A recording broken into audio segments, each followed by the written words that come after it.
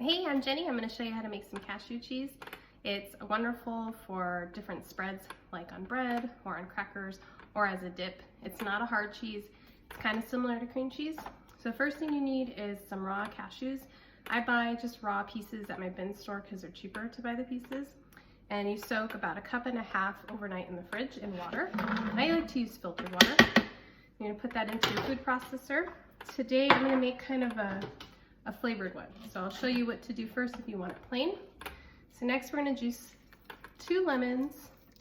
If it was a big lemon, you could just do 1, but I have these really small lemons. So I'm going to juice 2 of them.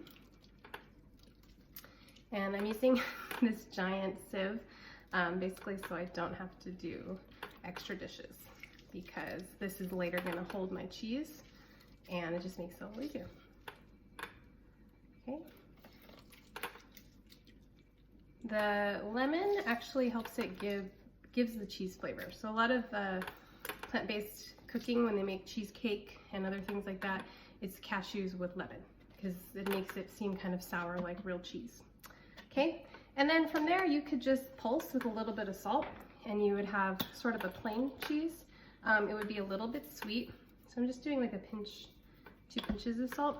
It would be kind of sweet, so this could be used for like a breakfast type, but today I'm going to make it kind of like an Italian cheese. So I'm going to add a few little chili flakes.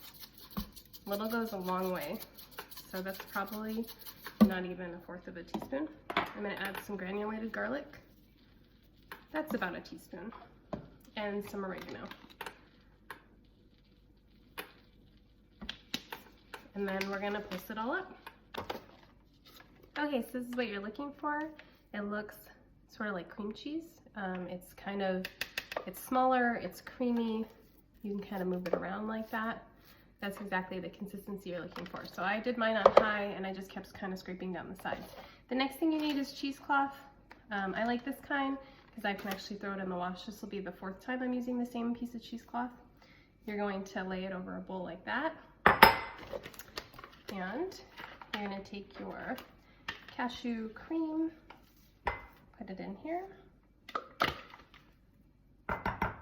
This actually tastes really good. I used to buy a vegan cheese and it's about $6, and this costs way less to make. The only thing is it takes a couple days. So you soak the cashews one day, then today we're making it, and then it's going to sit in the fridge again for the rest of today, and I won't be able to eat it till tomorrow. So it does take a little bit of planning.